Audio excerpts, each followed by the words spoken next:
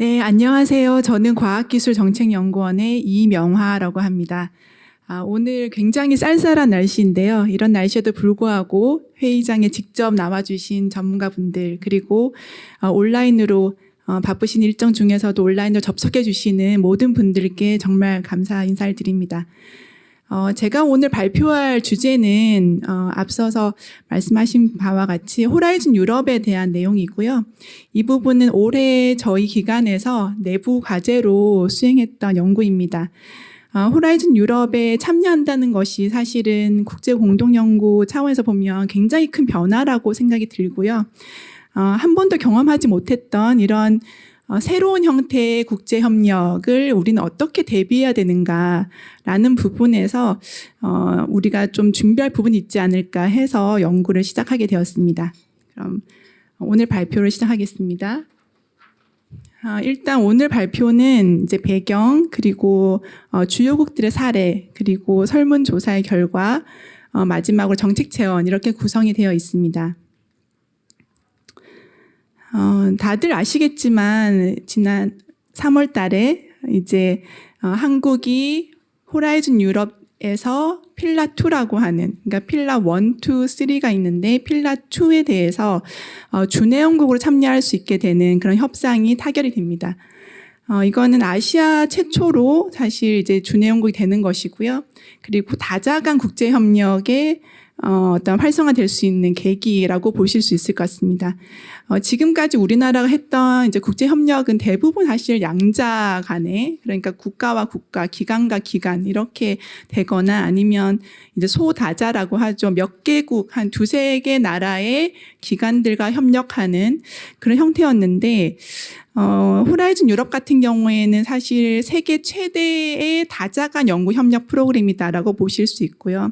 거기에 우리나라가 지금까지는 제3국이라는 지위로 참여를 해왔고, 이제 내년부터는 이제 준회원국으로, 필라2에 대해서는 준회원국으로 참여를 할 수 있게 됩니다. 그래서 이런 배경에는 사실은 정부가 국제협력을 굉장히 사실 강조하고 과학기술 쪽에서는 국제 공동연구를 활성화하기 위해서 예산을 지속적으로 확대했던 그런 배경이 있고요. 그래서 이제 그런 예산의 어떤 확대라는 부분이 정말 실효성을 가지기 위해서는 우리가 관련된 정책이나 제도를 잘 마련해야겠다라는 생각을 하고 있습니다. 그래서 내년도 R&D 예산, 지난 이제 국회를 통과했던 예산을 잠시 보시면 이제 29조 원 정도가 사실 전체 R&D 예산이라고 볼 수 있는데, 그 중에서 과기부의 예산은 18조 정도, 19조 정도 됩니다. 근데 그 과기부 예산에서 중점 투자 분야라고 보시면 4가지의 주제를 갖고 있는데요. 마지막 4번째를 보시면 전략적 국제협력 강화라고 되어 있고, 물론 호라이즌만 해당되는 건 아닙니다. 주요 선진국과의 국제 공동연구를 확대한다는 거, 그리고 호라이즌 유럽을 통해서 다자 간의 연구 프로그램 참여한다는 부분들, 그리고 에이펙을 내년에 우리가 이제 주최국이 되기 때문에 그 부분에 대해서 과학자 교류 지원한다는 부분, 이런 것들에 대해서 이제 1.25조 원 정도를 투자한다라는 부분이 과기부 예산의 가장 큰 4가지 축 중에 하나로 이제 제시된 바 있습니다. 호라이즌 유럽은 아마도 많이 그래도 이제 들으시고 또 공부해 주셨을 것 같은데요. 호라이즌 유럽은 유럽연합에서 실시하는 그 연구혁신 R&I 프로그램, 프레임워크 프로그램이라고 해서 FP라고도 줄여서 얘기합니다. 그래서 FP 중에서 지금 9번째이고요. 2021년에 시작을 했고 2027년에 마무리가 되는 9번째 FP이고, 이제 공식 명칭이죠. 호라이즌 유럽이라고 부르고 있습니다. 그 호라이즌 유럽 같은 경우에는 밑에 그림에서 보시는 것처럼 이제 3가지 지원 분야, 쉽게 이제 필라라고 우리가 보통 얘기하는 걸 한국말 하면 지원 분야라고 해서 여기는 해석을 해놨는데요. 지원 분야 1, 2, 3 중에서 이제 중간에 있는 이제 지원 분야 2, 필라2라고 하는 부분에 대해서 준회원국으로 이제 활동할 수 있게 되는 것입니다. 필라2를 잠시 보시면 필라2는 글로벌 도전 과제와 유럽의 산업 경쟁력이라는 주제를 갖고 있고요. 다자간의 연구를 통해서 사회적 과제를 해결하고 유럽의 산업 경쟁력을 지원한다라는 것을 목표로 하고 있습니다. 그래서 그 지원 분야 필라2에는 6개의 클러스터가 있고요. 6개의 클러스터를 보면 보건 이런 부분도 있고 조금 내려가다 보면 디지털, 산업, 우주 이런 부분도 있고 마지막 그 밑에도 기후, 에너지, 모빌리티 그리고 바이오 경제, 농업, 환경 이렇게 어떻게 보면 이제 과학 기술이 많이 커버했던 영역도 있고 또 다른 면으로는 두 번째 클러스터 같은 경우 문화, 창의성, 포용성 이런 부분도 포함이 되어 있습니다. 그리고 세 번째에 있는 사회를 위한 시민 안전 이 부분에 사이버 보안 같은 것도 있지만 어떻게 보면 요즘에 그 강조되고 있는 안보 이런 것도 사실은 다 포함되는 영역이 필라2라고 보실 수 있을 것 같습니다. 그러면 호라이즌 유럽에 우리나라가 이제 준연구고 참여하게 되는 그 의미는 무엇인가 이 부분을 사실 저희 연구진에서 많은 토론을 했었고요. 그리고 이제 부처와 그리고 직접 협상을 담당하시는 분들과 좀 얘기를 하면서 정리한 3가지는 첫 번째는 이제 미중 패권 경쟁 속에서 글로벌 협력 파트너를 다변화한다라는 부분인 것 같습니다. 우리나라는 어쨌든 이제 정치적으로 미국에 굉장히 의존하고 있고 또 경제적으로는 사실 중국을 완전히 배제할 수 없는 굉장히 어떻게 보면 어려운 상황에 처해 있는데요. 그런 우리나라에서 선택할 수 있는 또 다른 제3의 어떤 대안 그런 방안으로서 어떻게 보면 유럽이 굉장히 중요하다라고 보실 수 있을 것 같습니다. 말씀드린 듯이 이제 호라이즌 유럽은 세계 최대의 다자간 연구 혁신 프로그램이고 EU는 전 세계 연구 기금의 20% 정도를 지원하고 있고 세계에서 단일 시장으로는 가장 큰 내수 시장을 갖고 있다라는 측면에서 사실 이제 미중 패권 경쟁에서 우리나라가 굉장히 어려운 상황에 있을 때 유럽을 좀 레버리지로 사용할 수 있지 않을까 그런 차원에서 첫 번째 의미가 있는 것 같고요. 그리고 두 번째는 우리나라 과학기술이 지속적으로 발전해왔지만 사실 이제 코리아 패러독스 이런 얘기를 많이 하잖아요. 정말 우리가 퀀텀 점프를 할 수 있는 그런 계기를 마련해야 되는데 이런 호라이즌 유럽을 통한 기회가 그런 어떤 계기를 마련할 수 있지 않을까라는 생각을 하고 있습니다. 지금까지 세계 최고의 연구 성과들은 사실 대부분 국가 간 공동 연구를 통해서 많이 이루어져 왔고 노벨상 예를 들어서 노벨상 같은 경우에도 보면 그러니까 대부분이 어떻게 보면 공동 연구, 공동 수상을 하고 있는 것 같습니다. 그래서 조그맣게 지금 별표에 있는 것처럼 지난 11년간을 이제 분석을 해보면 이제 화학, 물리, 의학 쪽에 이제 노벨상들 대부분 공동 수상이었고 화학 같은 경우에는 100%, 물리 같은 경우에 82% 정도가 최소한 한 명은 유럽 출신의 연구자를 갖고 있었다. 그리고 올해에도 노벨 물리학상, 노벨 화학상 다 모셨지만 미국과 영국 그러니까 과학자들이 협력하는 그런 형태로 공동 수상이 됐었잖아요. 그래서 그런 차원에서 보면 유럽이 가지는 의미가 있겠다라는 생각이 들고요. 그리고 마지막은 국내 R&D 시스템을 대폭 개선할 수 있다라는 부분입니다. 이건 이제 희망 사항인데 사실 이제 호라이즌 유럽은 지금까지 협력 방식과 굉장히 다른 부분이 지금까지는 국제 협력을 하더라도 우리가 이제 국내 에이전시를 통해서 뭐 연구재단이든 키아트든 이런 어떤 에이전시 전문 관리기관을 통해서 연구비를 이제 받아서 그리고 매칭하는 형태로 진행을 해왔습니다. 그런데 호라이즌 유럽 같은 경우에는 콜이 뜨면 거기에서 이제 그 연구를 주관하는 기관과 사실은 직접적으로 협력 그 계약 관계를 맺게 됐고요. 연구 관리 같은 경우에는 유럽 연합이 정한 집행위에서 정한 그 가이드라인에 따라서 그러니까 이제 연구 관리를 하게 됩니다. 그래서 우리나라에서 이제 연구 관리 기관들이 할 수 있는 역할이 사실은 거의 없다고 보시면 될 것 같고요. 유럽의 룰에 따라서 모든 것이 통제되고 관리된다라는 측면에서 만약에 호라이즌 유럽이 우리나라의 어떤 그런 연구의 이제 비헤비어를 좀 바꿀 수 있지 않을까 이런 어떤 부분으로 사실 가입 의미를 좀 정리를 해봤습니다.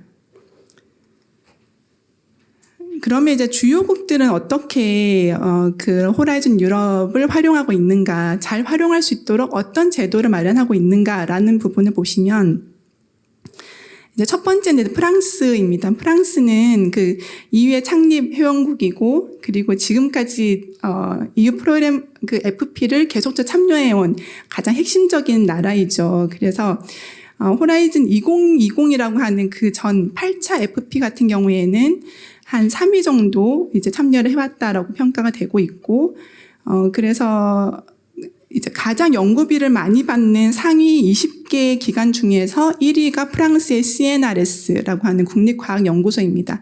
그래서 이제 프랑스 같은 경우 굉장히 많은 어떤 성과들을 내고 있는 나라인데요. 이 프랑스 같은 경우에는 저희가 좀 조사를 해보니까 굉장히 재밌는 부분이 요런 어떤 굉장히 길지만 어쨌든 요진 이겁니다. 그 유럽의 호라이즌 유럽 같은 그런 연구 프로그램에 프랑스의 참여를 강화하기 위한 국가 시행 계획을 마련했다는 거죠. 그래서 호라이즌 유럽 같은 호라이즌 유럽에서 프랑스의 참여도를 높이기 위해서 국가 전략을 마련했다는 부분이 굉장히 큰 의미가 있는 부분인 것 같습니다. 그리고 프랑스 같은 경우에는 요것도 저는 보면서 굉장히 재밌다고 생각했었는데요. 프랑스의 그 고등교육연구혁신부가 우리나라의 과기부 같은 기관이거든요. 부처인데 여기서 영향력 매뉴얼을 발간합니다. 2022년이고요. 이 부분은 조금 보시면 정말 이제 제목도 인플루언스 매뉴얼이고요. 그래서 어떤 내용이 있냐 하면 어떤 기관이 여기 그 호라이즌 유럽 같은 그런 어떤 프로그램에서 주요한 의사결정 하는가라는 이제 주요 플레이어들을 기술을 해놨고요. 그리고 그런 어떤 플레이어들한테 그 의사결정에 영향을 미치기 위해서는 그 전부터 작업을 해야 된다. 뭐 이런 얘기도 들어가 있고, 그래서 이제 전문가들이나 조직 구성원들과 인터페이스를 많이 해야 된다. 이런 내용들이 들어가 있습니다. 그래서 이 부분이 외교부 문건도 아니고 과기부 어떻게 보면 매뉴얼로 이런 것들 나왔다는 게 사실은 저는 굉장히 재미있게 봤었고요. 그 외에도 이제 연구 프로그램에 대한 관련된 이제 법률 같은 것도 들어가 있고, 나중에 말씀드리겠지만 NCP 같은 경우에도 프랑스 같은 경우에는 그 국가 주제 그룹이라고 하고 내셔널 티메릭 그룹이라고 해서 주제별로 네트워크 형태를 구성을 해서 이제 영향력을 미치는 그런 부분들이 있습니다. 그리고 그 외에도 부처에서 운영하는 프로그램으로는 이제 그 프로포저를 제출할 때 지원해주는, 그래서 네트워크를 형성하는 데 지원해주는 그런 프로그램도 갖고 있고요. 기관별로도 CNRS 같은 경우에도 기획을 지원하는 그런 프로그램들을 갖고 있습니다. 네, 독일 같은 경우에는 사실은 프랑스보다 더 성과가 좋은 나라인데요. 물론 돈도 많이 내지만 그만큼 이제 연구비도 가장 많이 수혜하는 그런 어떤 나라이고요. 특히 연구비를 많이 받는 20개의 기관들 중에서 6개가 독일 연구기관입니다. 그래서 프라운호퍼, 막스 플랑크, 그러니까 우리들이 잘 알고 있는 그런 조직들이 연구비를 가장 많이 받는 기관들 중에 포함되어 있다라고 보시면 될 것 같고요. 독일 같은 경우에는 이제 내셔널 액션이라고 하는 어떤 그 정책에서 호라이즌 유럽에서 그 독일이 차지하는 비율이 무엇인가라는 부분을 평가 지표로 활용을 하기도 하고요. 그리고 각 기관마다, 대학과 연구기관마다 EU 자문관이 주재를 합니다. 그래서 대학에 있는 연구자가 이제 호라이즌 유럽에 참여를 하려고 하면 이 자문관들이 이제 지원을 해주는 그런 형태를 갖고 있죠. 그리고 조금 내려가시면 이제 시너지 프로그램 이런 것이 있습니다. 독일 같은 경우에는 워낙 호라이즌 유럽 참여를 많이 하고 있기 때문에 그 호라이즌 유럽 프로그램 외에도 유럽연합에서 운영하고 있는 다른 프로그램들도 같이 연계하는 그런 어떤 시도도 하고 있습니다. 그래서 다른 프로그램이라고 하면 예를 들면 그 유럽의 각 리전들에 지원해주는 프로그램들이 있습니다. 우리나라 같으면 지역에다가 이제 지원해주는, 지역 균형 발전을 위해서 지원해주는 그런 식의 프로그램들을 연계시켜서, 왜냐하면 지역에서 그 지역 프로그램들 중에도 과학기술에 대한 내용들이 들어가 있거든요. 그래서 그런 부분을 연계하는 그런 프로그램까지도 마련을 하고 있고요. 그리고 이제 브뤼셀의 그런 어떤 코위라고 하는 이제 협력센터, 우리나라 같은 이제 KERC가 있죠. 그래서 그런 어떤 센터를 운영하고 있습니다. 그리고 영국 같은 경우에는 사실 이제 조금 스토리가 있지만 일단 브렉시트 이후에 호라이즌 유럽에 탈퇴했다가 지속적으로 협력하면서 작년에 9월 달에 이제 준해연구를 참여를 하게 됩니다. 그래서 지난번 FP 같은 경우에는 회원국 중에 2위 정도로 참여를 하고 있었고 현재 기준으로는 준회원국 중에서는 최다를 차지하고 있습니다. 그래서 영국은 뭐 프랑스, 독일과 함께 굉장히 활발하게 호라이즌 유럽, 그 FP에 참여했던 나라인데 브렉시트라는 어떤 정치적인 변화에 따라서 준회원국으로 이제 참여하게 되는. 그래서 이제 우스갯소리로 영국도 우리나라와 스테이트 똑같다라고 이제 얘기를 하는데 영국은 필라 1도 사실은 준회원국으로 참여를 할 수 있게 됩니다. 그래서 1, 2에 대해서 준회원국 지위를 갖고 있고요. 영국은 이제 좀 다른 부분이 그 탈퇴했던 그 기간 동안에 어떻게 하면 연구를 지속할 수 있는가라는 측면에서 과도기적인 R&D를 지원하는 그런 프로그램들 마련했던 내용들이 있고 그리고 이제 신규 지원자들에 대해서 이제 별도의 자금을 마련해서 인센티브를 지원하는 그런 내용들이 있었습니다. 다음에 이제 노르웨이랑 이스라엘을 말씀드릴 텐데요. 두 개 나라는 이제 준회원국, 지속적으로 준회원국을 참여했던 나라들입니다. 그래서 노르웨이는 1994년부터 준회원국을 참여를 해왔고, 준회원국 중에서는 2위로 가장 액티브하게 참여하고 있는 나라입니다. 첫 번째 준회원국으로, 그러니까 준회원국 중에서 첫 번째로 가장 액티브한 나라는 스위스이고요. 노르웨이는 두 번째, 그리고 이스라엘 세 번째 이렇게 됩니다. 그래서 노르웨이 같은 경우에도 보시면 준회원국이지만 프랑스 같은 국가 전략을 마련합니다. 그래서 호라이즌 유럽의 참여를 확대하기 위해서 국가 전략을 마련을 해가지고 그 전략에 따라서 이제 호라이즌 유럽 참여를 하고 있는 것이죠. 그래서 NCP 같은 경우에도 55명의 NCP가 있고 모두 다 정규직 풀타임으로 되어 있고 추가적으로 연구비를 전하는 부분도 있습니다. 그래서 이제 스팀 EU라고 하는 프로그램 통해서 계약을 맺으면 추가적인 연구비를 매칭해 주는 부분들이 있고 PES라고 해서 초기에 이제 준비하는 그런 어떤 자금을 제공해 주는 그런 프로그램도 있습니다. 그리고 노르웨이에서 또 특별한 부분은 이제 교육 프로그램인데요.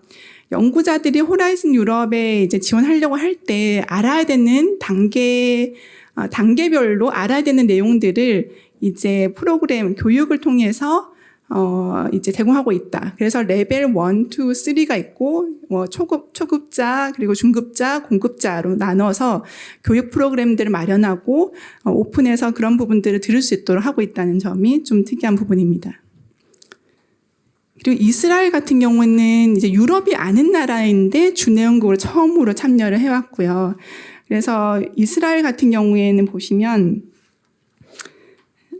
NCP 같은 경우는 당연히 이제 들어가 있는데 그 이스라엘의 어떤 협력 체계라는 부분 좀 소개를 해드리고 싶습니다. 그래서 이스라엘 같은 경우에는 분담금을 내는, 그러니까 호라이즌 유럽 참여를 하려면 우리나라도 이제 분담금을 내지만 이스라엘도 분담금을 내서 참여를 하는 건데 분담금을 내는 구조가 고등교육위원회, 혁신청, 혁신과학기술부가 각각 분담금을 이제 마련해서 제공하는 그런 형태로 되어 있습니다. 그래서 이제 대학을 담당하는 고등교육위원회, 그리고 기업을 담당하는 혁신청, 그리고 그 둘을 인터페이스를 해주는 혁신과학기술부가 사실은 이제 분담금을 서로 이제 같이 어떻게 보면 마련해서 제공한다라는 부분이 조금 이제 국가의 부처 간의 어떤 협력 체계 이런 차원에서 조금 보실 부분이 있을 것 같습니다.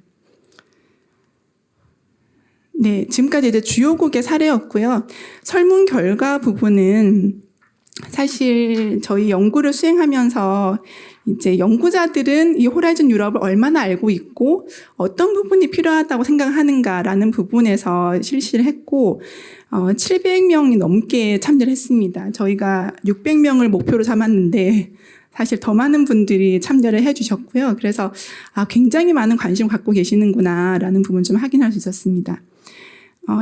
그 호라이즌 유럽의 참여 관심도, 만약에 호라이즌 유럽이 되면 나도 참여하고 싶다라고 하는 관심도 차원에서 보시면 사실 이제 상당히 관심을 갖고 있다. 그리고 매우 큰 관심을 갖고 있다가 거의 68% 정도가 되죠. 그래서 굉장히 관심이 많으시구나라는 부분 좀 확인할 수 있었고, 그 부분에 보시면 이제 대학 같은 경우에 거의 이제 76% 정도가 포함이 되어 있고, 기업도 마찬가지로 굉장히 많은 부분들을 관심 갖고 있다라는 거고요. 출연료도 한 65% 정도 되는 것 같습니다. 그래서 각 주체들이 호라이즌 유럽에 대해서 관심을 갖고 있고 참여하고 싶어 한다라는 부분을 확인했습니다. 그래서 이제 그 설문조사를 하면서 기획과 수행과 성과 단계를 나눴을 때 우리는 얼마나 준비가 되어 있는 것 같냐라는 질문. 그래서 이 부분은 7월 달에 실시를 해서 지금은 또 다를 수도 있습니다. 그런데 연구를 하는 중간에 이 설문조사를 했기 때문에 보시면 사실 이제 준비가 안 되어 있는 것 같다라는 부분도 사실 굉장히 많습니다. 굉장히 많고, 보시면은 어떤 부분이 애로사항이냐라는 부분에서도 가장 첫 번째는 해외 파트너 찾기가 너무 어렵다라는 부분이고요. 여기서 이제 색깔별로 구분을 해놓은 게 제일 첫 번째가 전체 응답이고, 그 다음이 대학, 그 다음에 기업, 이런 식으로 되어 있습니다. 그래서 보시면 이제 기업에서 참여하는 분들이 특히나 해외 파트너를 구하기가 너무 어려운 것 같다. 이런 얘기들을 해주셨고요. 그리고 연구 기획을 지원하는 조직이 부족한 것 같다. 그리고 국내랑 상이한 기획 프로세스, 기획 시스템이 좀 어려운 것 같다. 이런 부분들이 내용으로 응답으로 나왔습니다. 그리고 수행 단계에서도 마찬가지로 이제 거의 준비가 되어 있지 않는 것 같다라는 응답도 사실은 많이 있었고요. 애로사항으로는 대형 국제 공동연구 PI로서 기획하거나 추진했던 경험이 너무 부족하다.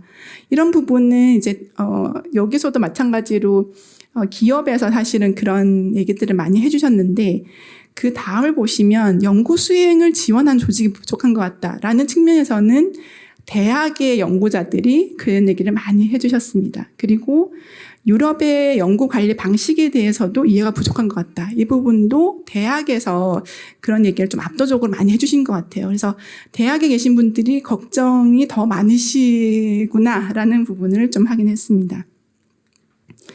그리고 마지막에 성과 단계도 마찬가지 어떻게 보면 준비도에 대한 인식을 또 확인할 수 있었고요. 그래서 준비가 부족한 것 같다는 인식이 많았고, 밑에 애로사항에 보시면 이제 후속 연구나 사업화로 연계하는 부분이 불확실한 것 같다. 이 부분은 이제 기업에서 그런 응답을 많이 해주셨습니다. 그리고 대형 그런 사업에 대한 성과 관리 전문성이 부족한 것 같다라는 부분들, 그리고 상이한 견해, 그러니까 대형 공동 연구였을 때 성과를 어떻게 봐야 되는가라는 부분도 한국과 이제 유럽이 다른 것 같다라는 부분들이 이제 애로사항으로 좀 제기가 됐습니다. 그래서 설문조사를 통해서 사실은 어떤 부분이 좀 제도적으로 필요한 것 같은지, 뭘 마련해야 되는지 그런 차원에서 좀 정리를 해보면 기획, 수행, 성과 활용 단계에서 높은 처음에 기술될수록 더 중요한 정책 과제입니다. 그래서 첫 번째가 기획 단계에서는 지원 체계 및 전담 조직에 대한 거버넌스, 이런 부분이 가장 높은 순위로 정책 과제가 좀 필요하다라는 얘기가 나왔고요. 그 다음은 이제 국내 사전 기획 과제를 마련하는 부분들, NCP의 역할을 재정립하고 보상 체계를 마련하는 부분들, 이런 순서대로 중요도가 좀 차이 있게 이제 제기됐습니다. 그리고 이제 수행 단계 같은 경우에는 프로포절이 채택됐을 때 관련 비용을 좀 추가적으로 지원할 수 있으면 좋겠다, 이런 부분도 있었고, IP 같은 그런 어떤 좀 델리케이트한 어떤 문제들 발생했을 때 전문 컨설팅이 필요하다, 전문적인 행정 지원 인력이 필요하다, 이런 내용들이 순서대로 또 나왔습니다. 그리고 성과 활용 단계에서는 후속 사업들, 사업화 지원 서비스, 이런 부분들이 중요하다는 얘기가 있었고요. 그리고 대형 과제인 만큼 거기에 맞는 어떤 성과의 개념, 성과의 재정의 이런 것들이 필요하다라는 내용들이 포함이 되었습니다. 그래서 저희 연구진에서는 사실 이제 오늘은 말씀드리지 않았지만 이 이제 호라이즌 유럽 같은 유럽 FP에 참여를 했던 경험이 있는 연구자들을 별도로 인터뷰도 했었고, 이제 이 설문조사 결과를 가지고 다시 전문가 회의를 통해서 우리가 뭘 제기해야 될까 이런 부분들을 좀 고민했었습니다. 그런데 그 과정에서 보니까 오늘 이제 패널에서 또 말씀해 주시겠지만 당장 다음 달입니다. 당장 다음 달부터 이제 호라이즌 유럽의 준연국으로 우리가 참여를 할 수 있게 되는 상황이기 때문에 이미 부처에서도 거기에 관련된 지원 제도들을 많이 마련해왔고, 그래서 그런 중복적인 부분들 최대한 좀 배제를 하려고 했습니다. 그래서 설문에서는 제기되었지만 이제 미처 이제 제기하지 못했던 아직 마련되지 않는 부분이나 이미 마련되었으나 좀 더 강조가 필요한 그런 제도들을 중심으로 정책 제언을 정리를 해봤고요. 그런 차원에서 보면 첫 번째는 중장기 대유럽 협력 전략입니다. 호라이즌 유럽의 참여가 실질적으로 성과로 이어지기 위해서는 명확한 협력 목표가 필요한 것 같습니다. 그래서 아직 사실은 우리나라에서 유럽을 어떻게 어떤 파트너로 어떤 방식으로 그리고 무엇을 골로 해서 협력해야 되는지가 없는 상태에서 호라이즌 유럽의 참여가 결정되어 있는 것 같습니다. 그래서 그 부분은 사실 우리가 아직까지는 유럽이 이제 중요한 파트너로, 중요한 플레이어로 인지하지 못했기 때문에 어떻게 보면 그런 결과가 생겼다고 생각이 들고요. 근데 호라이즌 유럽이 2027년에 끝납니다. 그리고 그 다음부터 10차 FP가 시작이 되거든요. 근데 제가 이제 국제기구나 이런 데 이제 총회나 이렇게 가보면 유럽 국가들이 이미 10차 FP에서 그 나라의 그 이해관계를 인터레스트를 이제 반영하기 위해서 이미 준비를 시작을 했더라고요. 그래서 이제 발표할 때나 패널 할 때나 얘기할 때 보면 항상 예를 드는 게 10차 FP는 우리나라는 어떻게 하고 있다, 고민하고 있다 이런 얘기를 벌써부터 하기 시작합니다. 그런 차원에서 보면 우리도 이번에 2027년까지만 준내연국이고 그 다음은 모르겠어 라는 게 아니라면 지속적으로 유럽과 협력하고 이런 다자 협력 프로그램을 이용할 예정이라면 어떻게 보면 유럽에 대한 협력 전략이 필요하지 않을까라는 생각이 들고요. 그런 협력 전략을 마련하기 위해서는 사실은 정말 이제 그 OECD에서는 그런 얘기를 하는데요. 그 전략적 인텔리전스, 그러니까 관련된 자료와 데이터와 여러 가지 인포메이션들을 종합적으로 해석하고 그를 바탕으로 전략 마련해야 된다라는 측면이 굉장히 중요하다는 생각이 듭니다. 그래서 전략에서 이제 제안하는 부분은 일단 중장기 협력 전략이 필요하고 10차 FP 준비에 착수해야 된다라는 부분이죠. 그래서 중장기 목표와 방향성 설정, 그리고 준내연국 참여의 필요성 이런 부분들, 참여 규모나 방식을 고쳐야 된다라는 부분이 들어가 있고요. 그리고 제안 두 번째를 보시면 이제 과학기술 국제협력을 위해서 전략적 인텔리전스를 강화해야 된다라는 부분입니다. 그래서 이 부분은 과학기술계만 사실은 모든 걸 할 수 있는 건 아닌 것 같고요. 경제사회 정책연구기관, 사실 저희 스태피 같은 기관도 이런 어떤 전략적 인텔리전스 기능을 강화해야 된다라는 부분을 좀 말씀을 드리고 싶었습니다. 두 번째는 범부처 전주기 지원 체계입니다. 그래서 말씀드렸듯이 그 필라2 같은 경우에는 과학기술에 대한 내용만 있는 것이 아니라 문화나 아니면 포용성이나 이런 데도 굉장히 인문사회과학적인 내용까지 다 포괄이 됩니다. 그리고 호라이즌 유럽에서도 기업의 참여를 굉장히 많이 강조했었는데요. 그런 차원에서 보면 우리가 조금 더 넓은 스코프로 이러한 전주기 지원 체계를 각 관련된 부처들이 함께 마련해야 된다라는 부분이고요. 일단 우리나라에서는 현재는 글로벌 R&D 특위가 있습니다. 과학기술 자문회의에 이제 특별위원회 형태로 있고요. 거기에서 글로벌 R&D를 어떻게 지원할지 종합 전략도 나오고 여러 가지 지원 방안이 나오고 있습니다. 근데 사실 이제 아직 초기여서 그럴 수 있겠지만 대부분 과기부에서 관장하고 과기부에서 의제를 올리는 형태로 되어 있거든요. 그 부분을 조금 더 이제 여러 부처에서 어떻게 하면 호라이즌 유럽 같은 그런 계기를 잘 활용할 수 있는지 이제 대안들을 마련할 필요가 있다라는 부분이고요. 그리고 성과 관리에 대해서도 사실 뭐 논문, 특허 이런 부분도 굉장히 중요하지만 이제 글로벌 문제를 어떻게 해결하는지, 국내 연구 시스템을 어떻게 정비하는지 이런 파급 효과들까지도 성과로 좀 포괄해서 새롭게 정리할 필요가 있다라는 좀 말씀을 드리고 싶었습니다. 그래서 밑에 있는 부분들은 이미 설명을 해서 넘어가도록 하겠습니다. 그리고 세 번째는 NCP라고 해서 내셔널 컨택 포인트, 국가 담당관, 국가 연락관 뭐 이렇게 이제 해석을 할 수 있는데요. NCP가 사실은 굉장히 중요한 역할을 하게 됩니다. 어떻게 보면 유럽연합의 집행위원회와 우리나라의 국내 연구자들을 연결해주는 역할이라고도 보실 수 있는데 NCP가 지금까지 활동을 하는 방식은 사실은 거의 자원봉사, 어떠한 보상도 받지 않지만 해야 될 것 같아서 좀 열심히 해주셨는데 그 역할이 이제 어떻게 보면 베리에이션이 있지만 어떻게 보면 이제 기존의 정보 전달을 해주는 그런 역할이었던 것 같고요.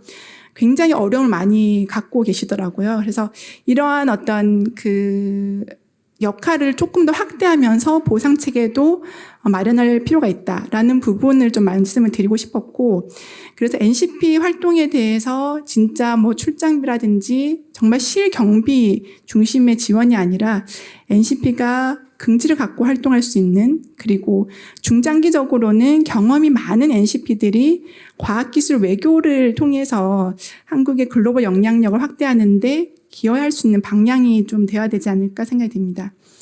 그래서 제안 측면에서는 보시면 적극적인 매개자, 중개자로서 NCP 역할을 재구성하고, 그리고 NCP 소속 기관 차원에서도 관련된 부분에 인센티브를 마련할 필요가 있다라는 말씀을 드리고 싶었고요. 그리고 NCP의 경험이나 인적 네트워크를 지속적으로 활용할 수 있는, 그래서 은퇴한 이후에도 이제 NCP 활동을 많이 하셨던 분들을 역량을 좀 활용할 필요가 있다라는 부분을 좀 말씀을 드리고 싶었습니다.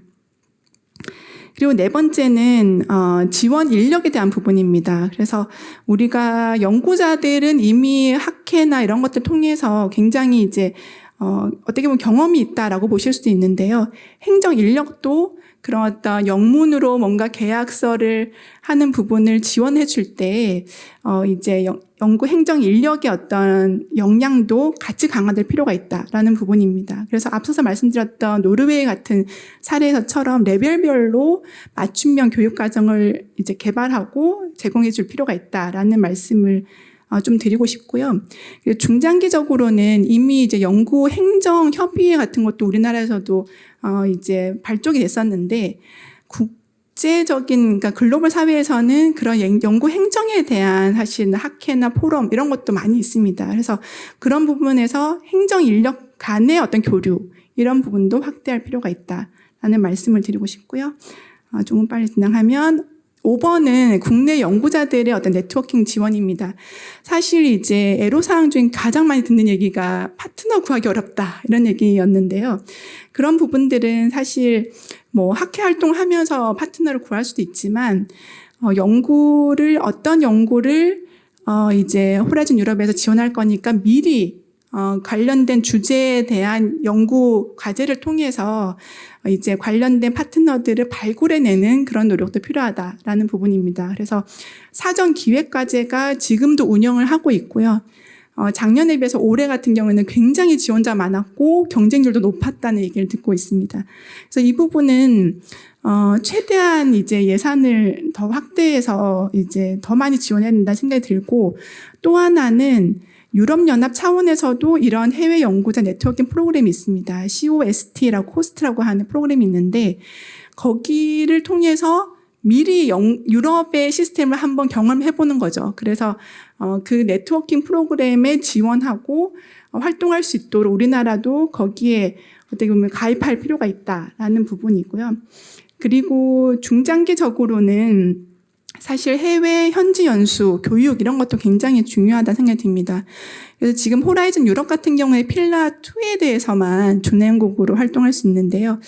만약에 우리나라가 이번 호라이즌 유럽에서 어느 정도 성과를 이루고 10차 FP까지도 간다면 필라 2뿐만 아니라 필라 1에 대해서도 사실 조금 더 그 스콥을 넓혀서 우리가 협력할 수 있는 그런 계기가 되면 좋겠습니다.